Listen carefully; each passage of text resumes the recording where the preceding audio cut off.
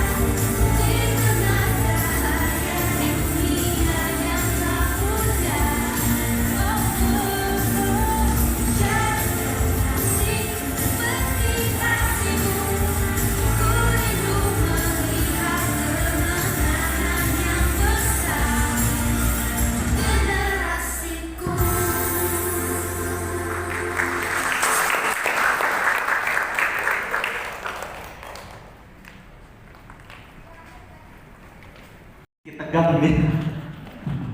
Oke, shalom semuanya, Bapak Ibu, adik-adik dan teman-teman semua. Shalom, selamat siang semuanya. Baik, perkenalkan saya Makin Gabi Munte. Saya udah keluar dari Dana Mulia sejak tahun 2019 dan udah gak ada hubungan lagi dengan Dana Mulia. Dan saya mengucapkan banyak terima kasih kepada pengurus, tentunya Bu Kris sama Bapak Otniel yang udah menghubungi saya untuk bisa sedikit kesaksian lah ya buat adik-adik di sini dan memberikan sharing gimana kehidupan di luar, gimana saya menjalani hidup yang setelah begitu berat lah ya yang saya alami gitu. Oke, perkenalkan sekali lagi saya Makin Gabi Munte. Saya sekarang sudah lulus dan sudah lulus tahun 2023. Puji Tuhan saya lulus kuliah tepat waktu. Dan sekarang saya sedang bekerja di GTF, Gojek Tokopedia Financial, itu bagian GoPay-nya. Dan punya sedikit usaha toko online juga. Itu singkat lah ya perkenalan dari saya. Dan baik, saya di sini diberikan tema sama Bu Kris sama Bapak Otniel. Diberikan tema itu, kita coba sharing gimana sih ngadapin tantangan waktu kamu di Dana Mulia gitu. Terus sama sharing juga apa ya cara mengatasi tantangan tersebut, terus apa yang perlu dipersiapkan setelah kamu keluar dari Dana Mulia. Mungkin ini buat adik-adik semua dan mungkin buat yang udah SMA. Ada adik-adik yang udah SMA di sini? Coba angkat tangan dong adik-adik yang udah SMA. Wow, lumayan banyak juga ya. 1, 2, 3, 4, ada 7, ada 8 orang ya. Mungkin ini buat adik-adik yang udah SMA, ini penting banget buat kalian karena penyesalan itu datangnya terakhir gitu ya. Kalau awal itu pendaftaran ya. Jadi ini penting banget buat kalian kalau dengerin dan tanam baik-baik dalam hidup kalian gitu. Dan pas saya diminta tolong tantangan apa aja sih Kit yang ada di Dana Mulia, pas pertama kamu masuk di Dana Mulia, wah itu banyak banget tantangannya. Pasti banyak banget. Pertama yang pisah dari orang tua. Saya nangis-nangis waktu kecil. Saya masuk tahun 2005. Saya masuk tahun 2005 dan saya pisah dari orang tua saya. Saya dari TK. Saya berterima kasih banget gitu buat Dana Mulia yang udah mau gitu menampung saya, merawat saya hingga saya bisa jadi seperti ini gitu. Terus tantangannya ya pasti itulah ya. Kita hidup serumah, kita hidup satu atap dengan orang yang kita gak kenal gitu, bahkan kita gak sedarah gitu. Itu tuh tantangan yang pertama kali kita rasain gitu hidup di Dana Mulia. Gimana kita menghadapinya? Yaitu ya pasti pertama kita harus kenal dengan diri kita sendiri kan. Kita harus kenal siapa diri kita harus kenal kita itu makhluk sosial, kita gak bisa hidup sendiri dan kita butuh teman-teman di Dana Mulia ini juga gitu. Terus tantangan yang kedua itu menurut saya kita itu belum dapat orang kepercayaan juga di Dana Mulia. Bener gak? Adik-adik di sini pasti pas kalian masuk ke Dana Mulia itu kalian belum bisa percaya sama siapa-siapa kan? Kalian belum kenal sama siapa-siapa, kalian tuh gak bisa gitu langsung percaya. Wah saya mau cerita semuanya di sini, gak bisa. Itu yang saya alami dulu ya. Ini menurut pengalaman pribadi saya gitu. Jadi waktu saya masuk ke Dana Mulia, saya tuh gak bisa karena jujur ya. Jujur waktu saya pertama kali masuk ke Dana Mulia, saya itu kena ospek, Bapak Ibu. Saya kena ospek di Dana Mulia itu, saya dijahilin, diapain gitu. Jadi saya tuh belum bisa percaya gitu waktu dulu. Tapi semua itu ada berkatnya dan hikmahnya gitu kan. Jadi sebenarnya mereka baik sama kalian. Mereka tuh membimbing kalian, cuman caranya yang berbeda gitu. Buat adik-adik semua yang mungkin carilah 1-2 sahabat. Mungkin kalian gak bisa cerita ke pengasuh kalian gak bisa cerita ke pengurus kalian, tapi carilah 1-2 sahabat yang bisa kalian curahkan isi hati dan pikiran kalian. Mungkin saya bukan mau menyuruh kalian milih-milih teman enggak, tapi saya ingin memberitahukan kalian bahwa kalian carilah 1-2 sahabat di lingkup panti asuhan ini. Cari 1-2 orang sahabat yang bisa kalian curahkan isi hati kalian, karena kalau kalian pendam sendiri juga itu nggak baik buat kalian. Dan mungkin buat yang terakhir itu apa apa yang perlu disiapkan setelah keluar dari Dana Mulia. Ini menarik buat saya karena jujur saya keluar dari Dana Mulia ini sedikit kesaksian ya. Saya sedikit kaget karena Dana Mulia itu benar-benar enak banget, sumpah enak banget di Dana Mulia itu. Makan yang disiapin, semuanya disiapin, pokoknya terlalu nyaman lah di Dana Mulia. Setelah keluar dari Dana Mulia, wah ini dunia luar. Itu saya pernah beli ayam KFC atau ayam chicken di luar. Itu saya beli ayam, terus saya sisain satu ayam buat besok paginya. Itu saking saya nggak punya duitnya, dan itu tuh aduh kerasa banget gitu.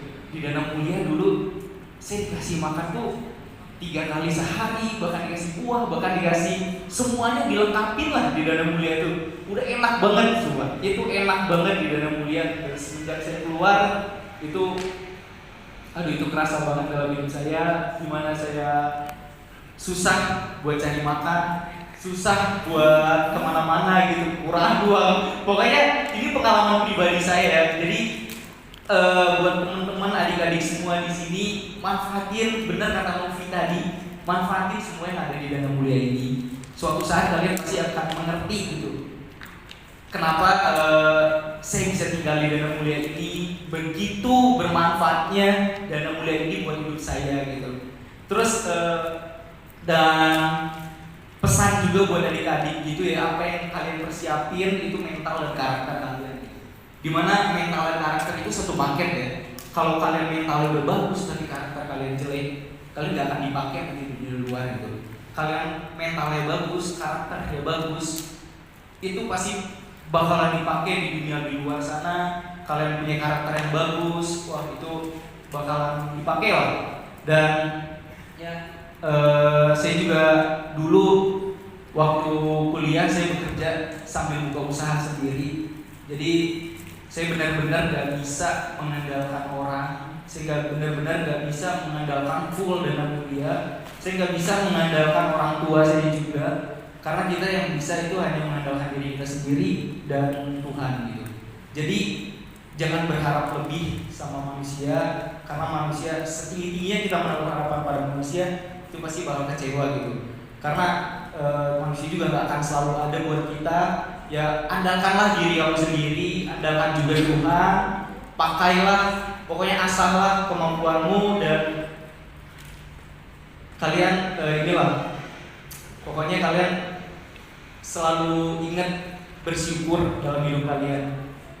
Tuhan merancangkan, saya ngambil di satu ayat, Yeremia 1 ayat 5. Ini yang jadi pedoman itu buat saya selama saya di Dana Mulia.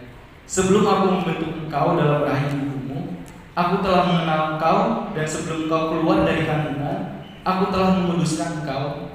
Aku telah menetapkan engkau menjadi nabi bagi bangsa-bangsa. Jadi sebelum aku membentuk engkau dalam rahim ibumu, Tuhan itu sudah mengenal engkau gitu. Jadi jangan salahkan dirimu, jangan salahkan keadaan. Kalau kamu tinggal di Dana Mulia, itu adalah hal yang patut kalian syukuri, itu tinggal di Dana Mulia. Dan itu adalah peluang yang terbesar buatmu hidup menjadi lebih baik. Karena rancangan Tuhan itu indah pada waktunya. Cukup sekian.